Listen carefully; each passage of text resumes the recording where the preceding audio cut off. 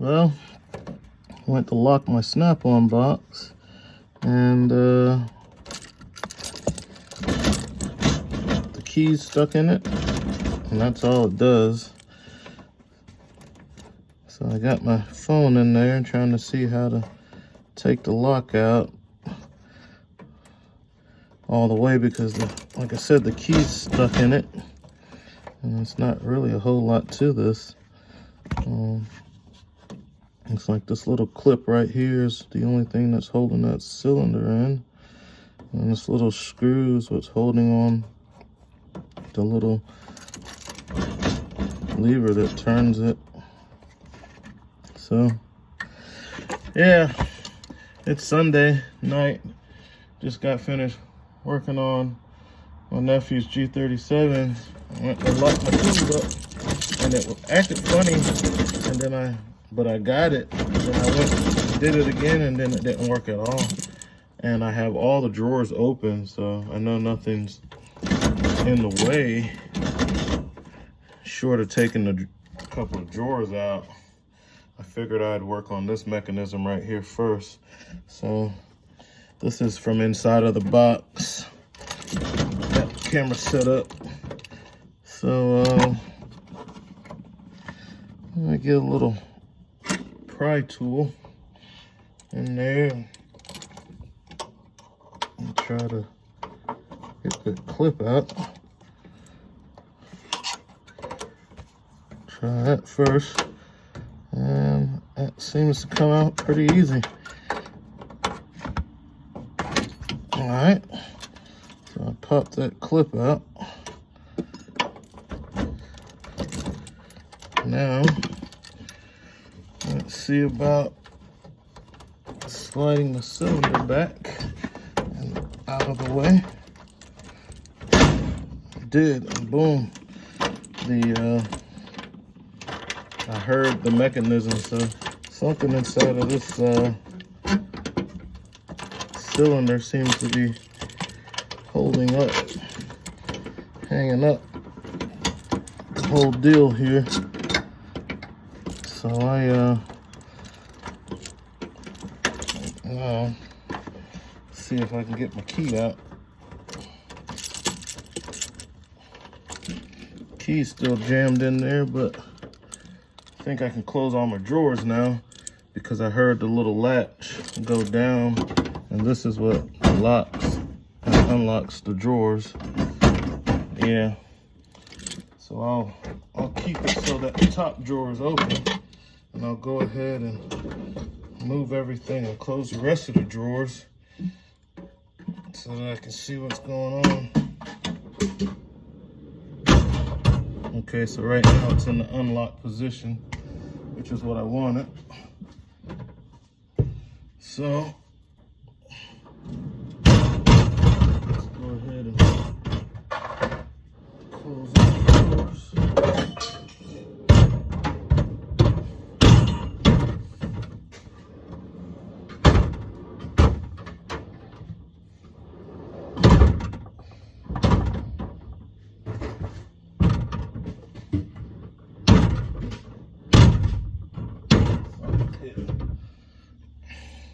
Maybe that's the lock. Let's turn it the other way.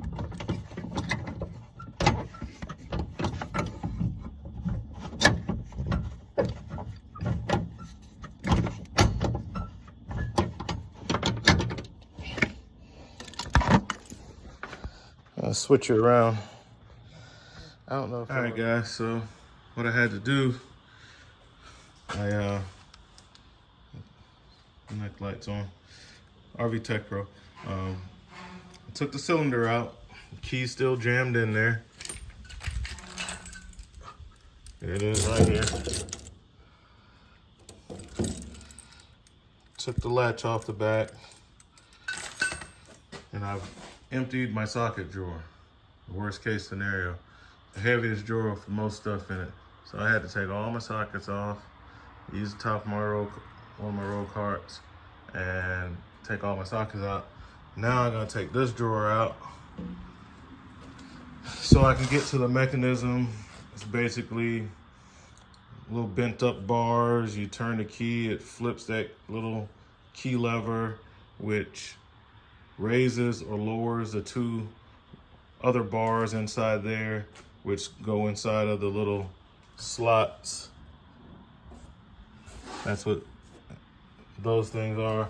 It goes in there, locks it in, and that's what locks the drawers. So right now it's in the lock position, but all the drawers are open except this one. I slammed this one closed and it's locked. Lucky for me, there's nothing in there but really junk stuff, some bits and stuff I can do without. But I'm not gonna settle for that. I'm just go ahead and fix this thing, see what's going on with it. So now I'm gonna take the drawer out. Okay, to take the drawers out, use the little tabs on the side. Just pull them up and pull the drawer a little bit and it'll release. Same thing on this side. Pull these things up, just like on a kitchen drawer, or at least that's how it is in the camper, and then start pulling the drawer out. Now, I see grease already being flung everywhere from, I guess, the mechanism when I was trying to pull it out. So after that, you can just continue to pull the drawer out like I'm doing. And as you can see, the drawers right now, it's overextended, and we can kind of see down in there. All right. So let me get the drawer all the way out and see if I can set you guys up right here. I don't know if this is gonna work or not.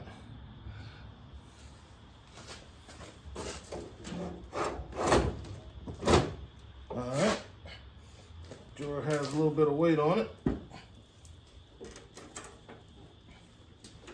Set this drawer to the side, put it on my pad so it doesn't get scratched up too much.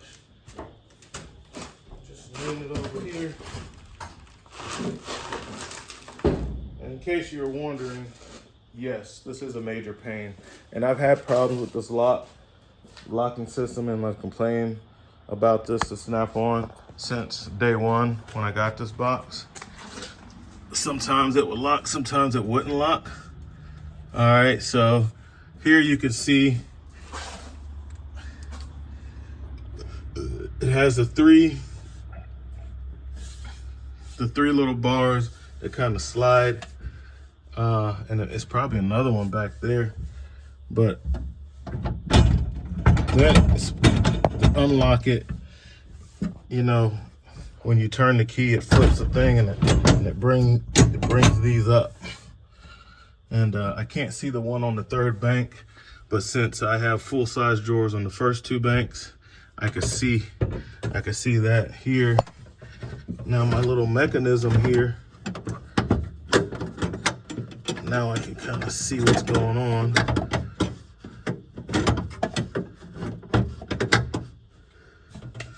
So let's get the lights out of the face. I'll just stick one in here, just off to the side. That's not working too well. We'll just have to deal with the reflection so we can see what's going on. So the goal is these guys, you see those are the lifts, and this is the main bar that comes all the way out to the keyhole. All right. So since I've gotten it this far and my top drawer is so big, I can kind of manipulate these. I want to do it with the bar so that this other side will come open, because right now it's still locked. So get my neck light back on. And I know the lighting's not great, but this is not a normal video here.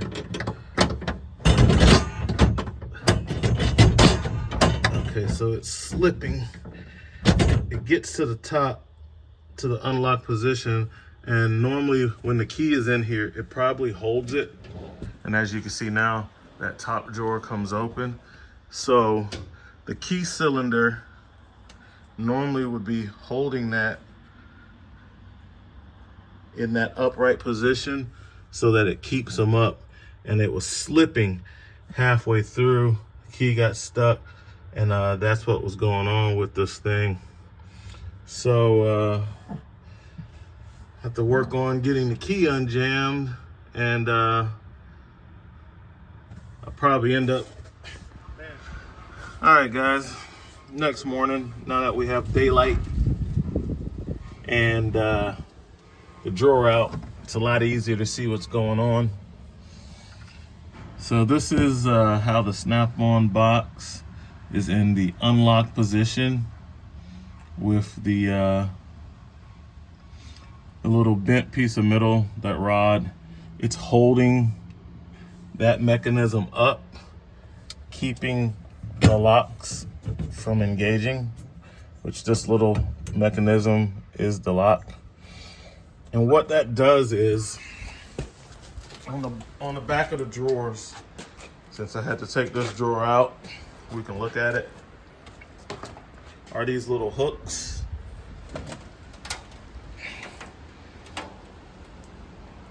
And those hooks, when those 3 little channels drop down, it's dropping in the hook. And because that hook has the oh, that's the camera side, I can't hold it like that. But because this has this shape, it's super windy out here today. Even when the box is locked and the drawer isn't closed all the way, if you open it and slam it, that allows it to ride into the channel, lifting up the channel a little bit and then locking it in place, which is a problem that I've had with this box. 2 main problems that I've had with this box is I don't like the lock and roll system.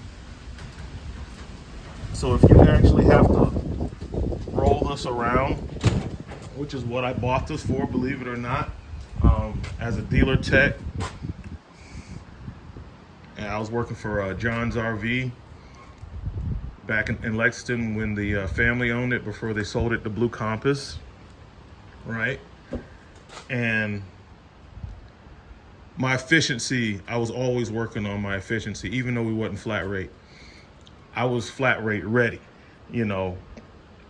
So that was supposed to have been coming with the new company, and I ended up going to Camping World, which was flat rate. Pretty much everybody else is flat rate. And John's RV is flat rate now too. But even when I was an hourly dealer tech, I worked as if I was flat rate. And so I bought this box so that I can be more efficient. Instead of walking back and forth to my bay where my toolbox lived, I had a different toolbox. I bought several toolboxes while I was working there over the years, and I ended up on this one being the final one because it was big enough, the wheels were beefy enough with the rubber and everything on them, and it was tough enough to roll around. You see the handles and stuff. So I rolled this, I think this is a 72. I pushed this thing around, all around the parking lot, you know, the service bays. There's 32 bays, I think, in there. And anyway, I actually had to roll this thing around. That's why I bought it, because I had a Husky box, which is fine, especially if you didn't have to move it too much. A lot of the boxes, the Harbor Freight boxes and stuff, they're fine if you don't have to move them much. If they're just gonna sit like this, they're fine. The wheels and stuff starts to tear up on them, and they get bent up down there from hitting bumps and stuff. Well, the problem with this box is when you're rolling around, it's tough and all that, yeah, fine, but the drawers, they fly open when you're driving around, because the only thing that's holding the drawer in is that little piece of plastic. It's a little track that goes in there, and as you can see, that little piece of plastic, so when I would hit a good bump, see that? I didn't even slide it over, it'll just pull right out. Snap-on needs to fix that. Now they have the Epic series boxes, which have a different locking mechanism. You have to lift up, and it probably has a middle rod or something. That's a lot better. They want a lot more money for the Epic boxes. And I mean, $10,000 is enough for a box. This box is like 10 grand, like $9.95 or something like that. And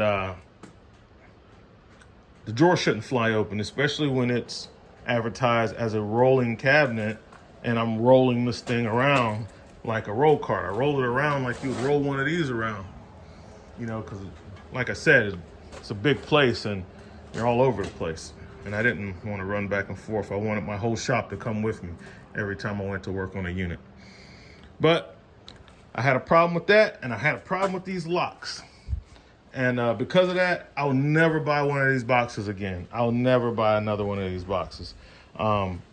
Because from day one, I had issues with the locks. You lock the thing, and then the drawer flies open because the drawer is not fully seated back. It always had an issue with, I'll close all my drawers. I lock the box. I come back in the next day, one of the drawers is not locked.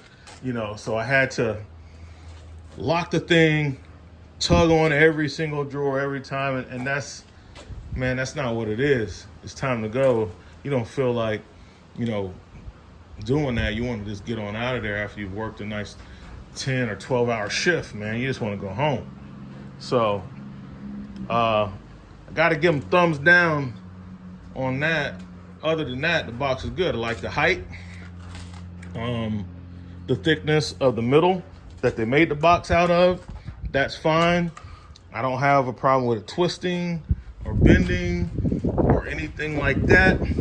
But for the money that you're gonna spend on one of these, don't get one of these boxes that have the that right there and that locking mechanism. I'm definitely not a fan of that.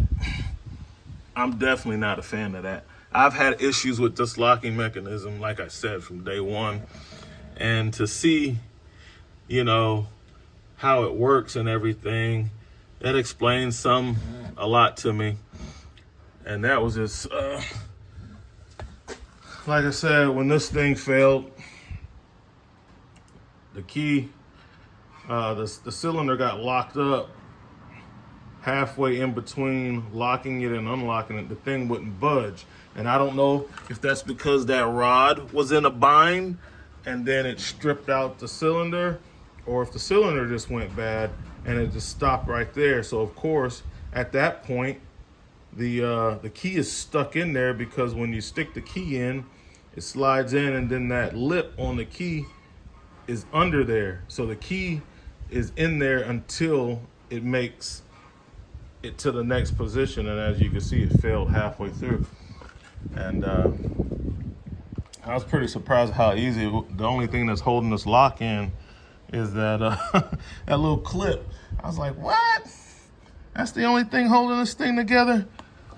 Man, I don't know, man. I guess maybe all the toolboxes are like that, but I was just expecting a little more, a little better engineering, you know. Oh, the other thing I didn't like about the box, and I've had this box for a while, so I give you an honest opinion on it. This bottom drawer. So in the center bank, the bottom drawer is one of the deepest drawers, and there's only one slide on it. They only give you one slide. I normally had this thing loaded down with a lot of weight, pretty much equivalent weight of a socket drawer, like this top drawer, which has 2 slides. But yeah, I was totally bummed out that that drawer only has 1 slide. Now you can put another slide on it. All these drawers, they made it, the bigger drawers, you can put another slide on it. You can buy and have another slide put on it. So it's good that you can upgrade it, but for 10 grand, man, the big drawers, you should put 2 slides on it so that it can handle the weight. Even this drawer, 1 slide. And this one, same thing, 1 slide. This one I can understand because it's just for chargers, and these are smaller drawers. I can understand that, but those 3 big drawers on the bottom, 1 slide. The only drawer that you get 2 slides for is a top drawer, and typically a mechanic loadout, they're gonna have all of these sockets on that in that top drawer, and the industry, you know, Snap-on knows that.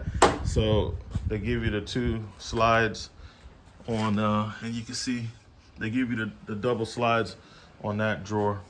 So I'm probably not going to put another set of slides on there. I don't know, maybe I will. It's not hard to take the drawers out. It was a pain to have to unload the drawer to take the drawer out unexpectedly like that, but yeah, not a fan of that.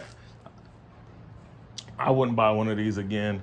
And this is a KRS box, I believe. I think the sticker's on the back. Can't really get to it.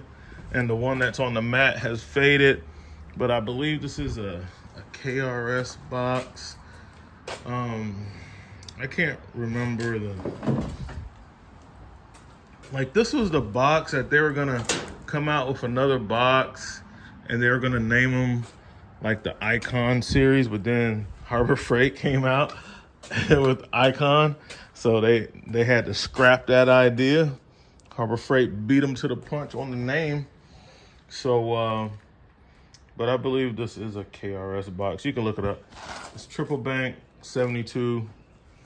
But other than that, I like the box. I probably could have spent a lot less money and got something else. But like I said, when I bought this box, I needed something durable with a warranty. The height, most boxes are not this tall. I know Harbor Freight has the Icon boxes in there, but they're a lot shorter. They're not this long. So there's that. And I need a lot of space because I already had like I had a pretty big Husky box, but it was a lot shorter. It wasn't as tall. And I needed the height too. I wanted the height. The Husky box I had, I think it was like a 68. Maybe it was a 68. It was a triple bank as well. Had a little short locker on the bottom. And I filled it up really quick because I buy tools before I buy the box. I know it's a trend for a lot of guys to see. This is my first box. This right here. It's US General. I didn't believe in spending money on toolboxes before I had tools to put in the box. So I invested more money in tools first, and then I got boxes. So I invested like my first $1,000 in tools, and I got this on sale for like $150. And then my next boxes, I bought those Husky boxes. I got those on a deal, top and bottom, for $298. Home Depot was basically giving them away, top and bottom together, $298 for the set. So I got those, and it might still have a sticker on it. Yeah, years ago, it still has the sticker. So that's what these used to sell for, guys, back in the day. About 3 years ago, $298 top and bottom. Try to find that now. And then I went through larger boxes. So I had a Husky box, and then I got a bigger Husky box, and then I traded that triple bank Husky box in on this box. And then I bought another roll cart that I might be going to pick up from the job site today, where I was working with the guys at the motorhome place, helping them out with some stuff. But it's just too hectic, man. I'm very busy, and I don't really have time to go out there much anymore. So I'll be bringing my box home.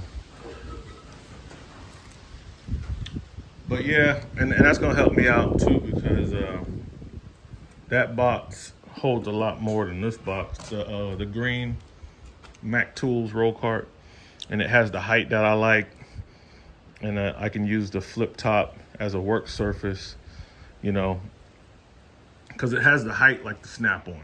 So I really like that. And then I'll just kind of this roll cart will become a part of the wall. I'll probably just make this roll cart like just a permanent piece of the wall over there, and clean all the stuff up. But maybe I'll get some time to do that today because well, I gotta go work on a generator. I got a big Onan 7500 that I removed from a motorhome that I have to do a lot of work to and put it back in, and that's a pretty big job.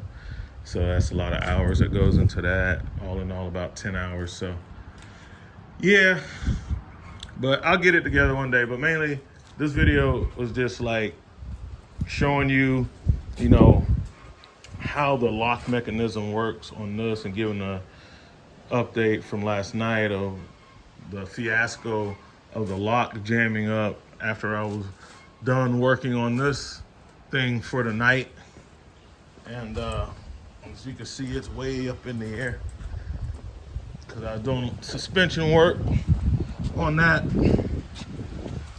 changing out suspension components because he was in a little fender bender where the I already did the front suspension.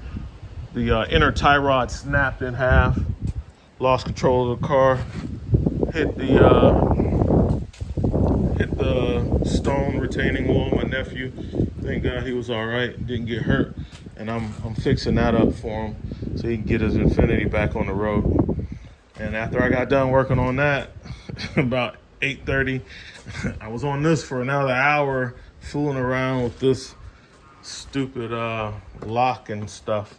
So it's all right, I got it done, you know, and I'll try to get all this stuff.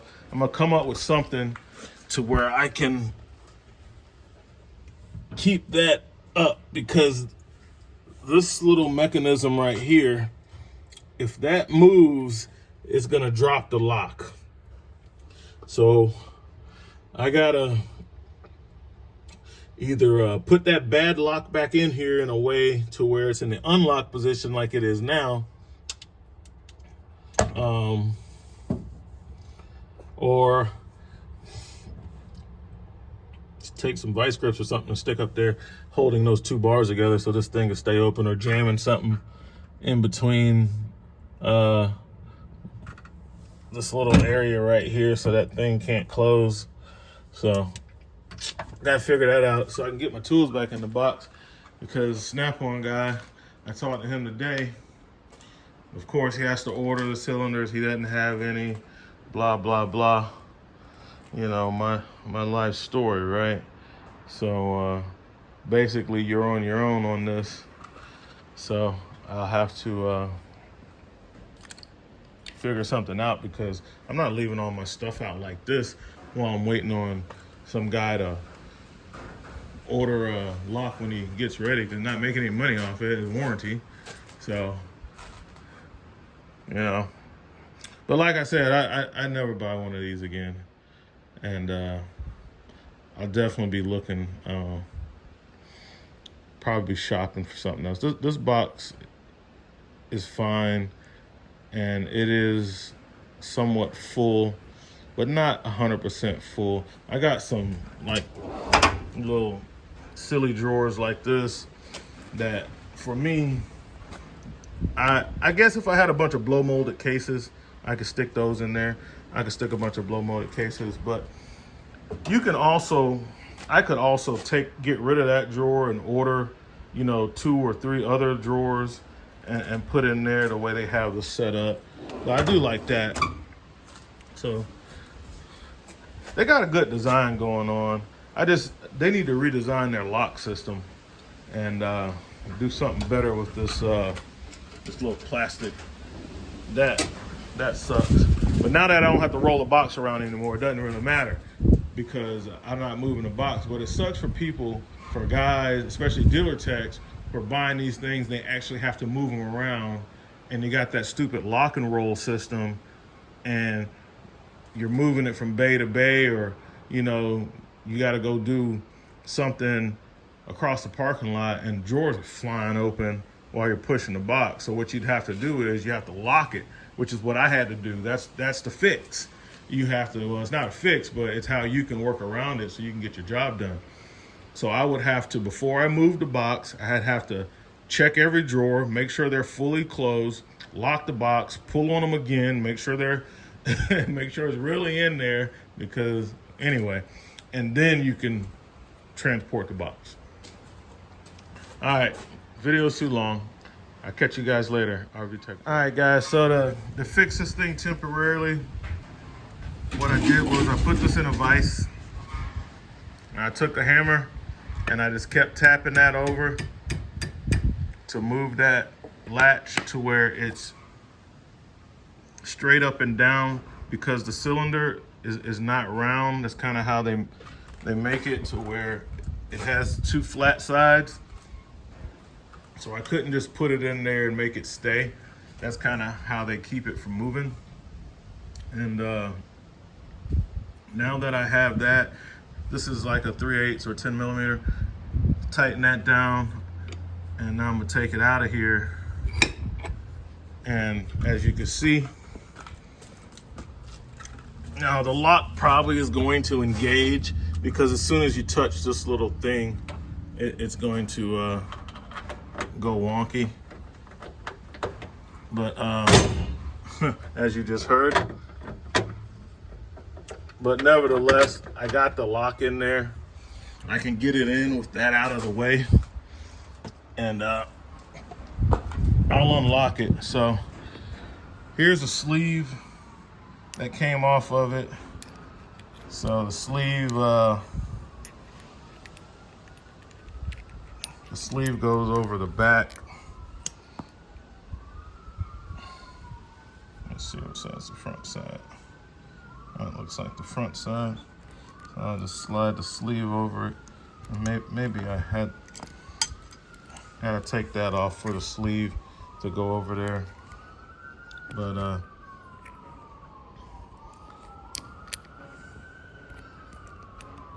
I don't really care about the sleeve. And where's that clip? Yeah, that clip. That's the only thing that holds that in there. So take this without the sleeve, because it's not gonna be able to lock anyway. And I'm gonna see if I can get you guys around. And then I'm just gonna fit this. See, it can't turn. So I'm just gonna fit it in there.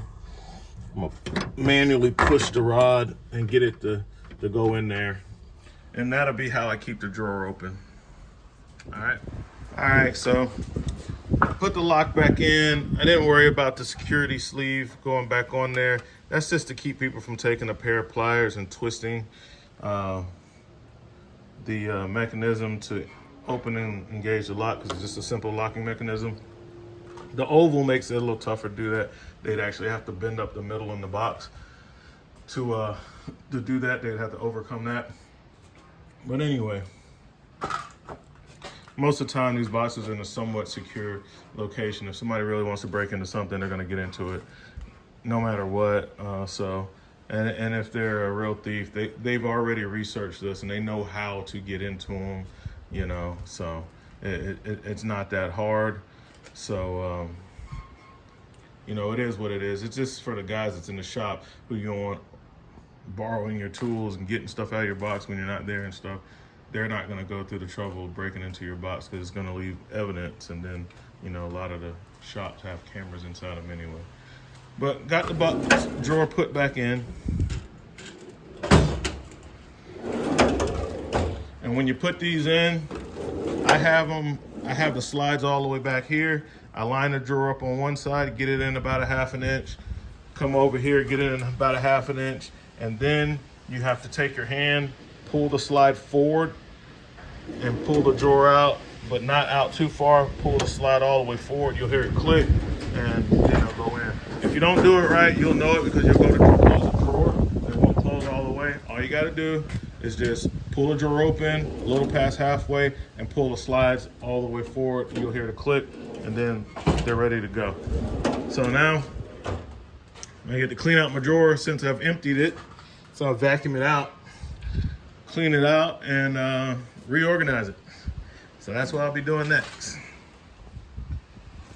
All right, so got all the sockets back in the drawer while I wait for my new lock. And reorganize it a bit. I like it better. This is an improvement because I had some stuff stacked on top of each other, and I was able to reorganize it in a way that I didn't have to have the two. I forget who makes these guys. There's somebody else who came up with them. I got the Work Pro ones. I probably got them off of Amazon, but they're good magnetic trays. So I was able to reorganize this to work a lot better for me. All my half-inch stuff over here, except for the swivels. Didn't even really have a place for them to go. I stuck them over here because I did the half, the 3/8, and the 1/4 inch. So it kind of worked out. I was able to kind of get most of the stuff where it's supposed to be at, but I do have the Mac Tools 3/8 over here. Ran out of space and wouldn't have had space over here. So now I could probably swap this guy with this guy because these are all my different little adapters, extensions, reducers, and all kinds of other little spark plug sockets and stuff. That's right there. Oh, speaking of, I am missing something. I forgot about these spark plug sockets. So yeah, don't really have a spot for those. So they'll probably be stacked somewhere. I have to find a spot for these, but I could probably move those and get my 3/8 over here. And but it's a lot of impact stuff over there, so maybe I'll leave it over there because I got a lot of impact stuff over there. And it's all chrome over here. So I know I'll stack them right there. So I'll stack those right there. And I could deal with that. I could still see what's under it. It's easy to move the spark plug sockets out of the way. Easy to get to them.